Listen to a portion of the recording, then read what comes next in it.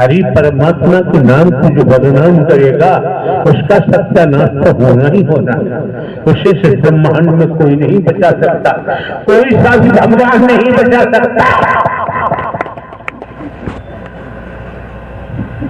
नाम बेचना, नाम को बदनाम करना। शाबक पड़े हैं प्रभु इसी जन्म में कटवा दो, कोई कुकर्म पाप रहा होगा।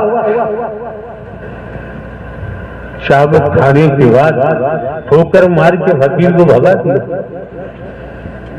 तो भगा दिया। जब उसी झाड़ी में पहुंचा, वहां जाकर उसे बोध होता है, आत्मिक बोध होता है तेरा कोई पाप का कतरा था वो तो कट ही गया, लेकिन राजा को श्राप दे दिया। राजा को श्राप दे दिया, समय व्यतीत होता रहा, श्राप हावी हुआ, राजा को क्रोध पैदा हो गया। इतिहास उठा लीजिए, इतिहास सभी ने पढ़ा होगा। राजा को क्रोध हो गया। कुछ समय के बाद राजा की मृत्यु हो गई। समय व्यतीत होता गया। एक दिन राजा गोपी चंद की माता ने अपने बेटे को बुलाया, पास बैठाला, कहा बेटा संसार में कहीं तुझे सत्य का साथ मिलता है तो कर ले, और नहीं मिलता है तो जा गोरखनाथ के चरणों में चला जा। बेटा गोपीनाथ ने कहा मां तुम पागल हो गई हो, मैं 52 का राजा, 16 से तो रानियां हैं मेरी, 100 वो 1000 कन्याएं हैं, कोई दूसरा भाई भी नहीं है जिसे सौंप करके और मैं फकीर बन जाऊं। यहाँ जो आता है तेरा मांगने भी आता है, नोटों की लूट करने आता है, रुपयों की लूट करने आता है, प्रोग्राम मांगने आता है। वही तो फैला हुआ है।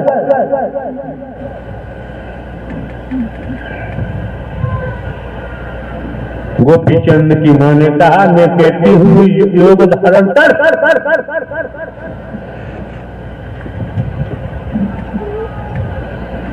सत्य के साथ थी गोपी चंद की माता। उसने उड़द की दाल को पिसवाया, उड़द की दाल को पिसवा कर और गोपी चंद का पुतला बनवाया। जब गोपी चंद का पुतला बनवाया, जब सूख गया, तब माता ने कहा, गोपी चंद की माता ने, इस पुतले को ले जा और फकीर झाड़ी में बैठा हुआ है, उसने शराब दिया है, वो शराब पूजा होगा, शराब दिया है, पूरे परिवार का नाश होगा, सत्यानाश होगा। रुपया पैसा लेकर के इसकी आत्मा को दुखी करे। किसको दुखी कर रही हो? कौन से कोने में परमात्मा रहता है, कौन सी दुनिया में रहता है? कहा अपने पुतला में तेरा मैंने जो उड़द की दाल का पुतला बनाया है, इसे ले जाकर, इस समय समाधि में है फकीर, आंखें बंद है, कुछ दूरी पर अपने पैर मिट्टी में गाड़ देना, पुतला खड़ा हो जाएगा और तू छिप जाना दूसरी साइड में। मां रास्ता बता रही है। गोपी चंद क्या पता, पुतला ले जाता है अपना, जहां फकीर बैठा हुआ समाधि में, वही पैर दबा दिए जिससे खड़ा रहे, और गोपी चंद साइड में हो गया। जैसे ही समाधि टूटी, गोपी चंद जैसी समाधि टूटी फकीर की, और सीधे निगाह पुतला पे पड़ी। जैसी आंखों में से अग्नि निकली और पुतला जल के राख हो गया। क्या हमको बेवकूफ समझ रहे हैं आप? जमीन जायदाद तमाम परिवार तो आप किसी से हमारा मतलब ही नहीं है, कोई लेने देने नहीं है। कहाँ नौकरी 14-15 वर्ष पहले इंटेलिजेंट पीओ गजब की नौकरी, बेवकूफ समझ रहे हैं आप लोग? हम इंसानियत से रहते हैं, इंसानियत से बात करते हैं। अब ज्यादा गड़बड़ करोगे तो इसमें से भी आग फूटेगी, बता दे। हम किसी को दुखी करना नहीं चाहते। हमारे पास आकर गंदी सियासत कोई मत करना, हमको बर्दाश्त नहीं।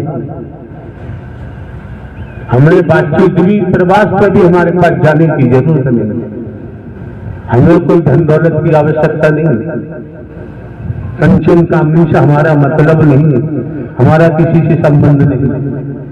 बहुत झेल लिया, बहुत झेल लिया। इस समय बैठे 566 शुगर है, अभी सुबह लगवाई, फोन धाड़ लेगा, आईसीयू में एडमिट होगा, मर जाएगा, चला जाएगा साहब। हमारी थोड़ी है, तो बवंडर आता है,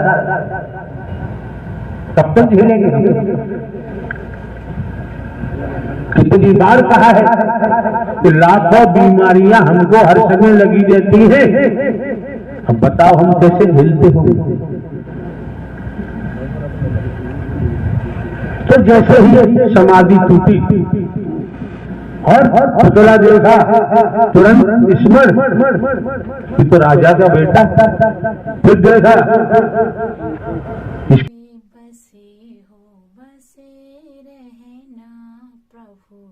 दिल में बसे हो बसे रहना, हरि दिल में बसे हो बसे रहना, हरि मन में बसे हो बसे रहना।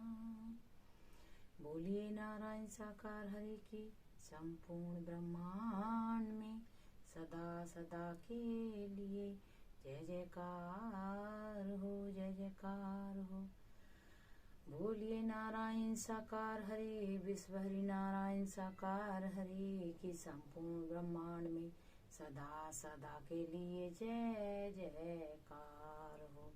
जगत जननी मातेश्वरी महामाई के चरणों में सदा सदा के लिए जय जयकार हो। तो प्यारी दुलारी सास संगत जी, नारायण साकार हरि जी के भजनों के चरण पर आप सभी का स्वागत है। आप सब कैसे हैं? प्रभु नारायण साकार हरि जी की कृपा से आप भी स्वस्थ और मस्त होंगे। तो आज की जो वाणी है प्रभु की मुखार बिंदु से और परमात्मा के एक एक मोती भरे शब्दों से आप जरूर सुनिएगा। ये परमात्मा की वाणी हमारे जीवन में नया रास्ता, नया मोड़ दिखलाएगी। परमात्मा के हम बच्चे हैं, हमारे परमात्मा परमपिता परमेश्वर हैं, जगत जननी मातेश्वरी माँ हैं। हम वो अपने बच्चों को कभी भी दुखी नहीं देखना चाहते हैं। परमात्मा हम सबका ही भला करते हैं। तो आज की जो वाणी है हमने सोशल मीडिया से ली है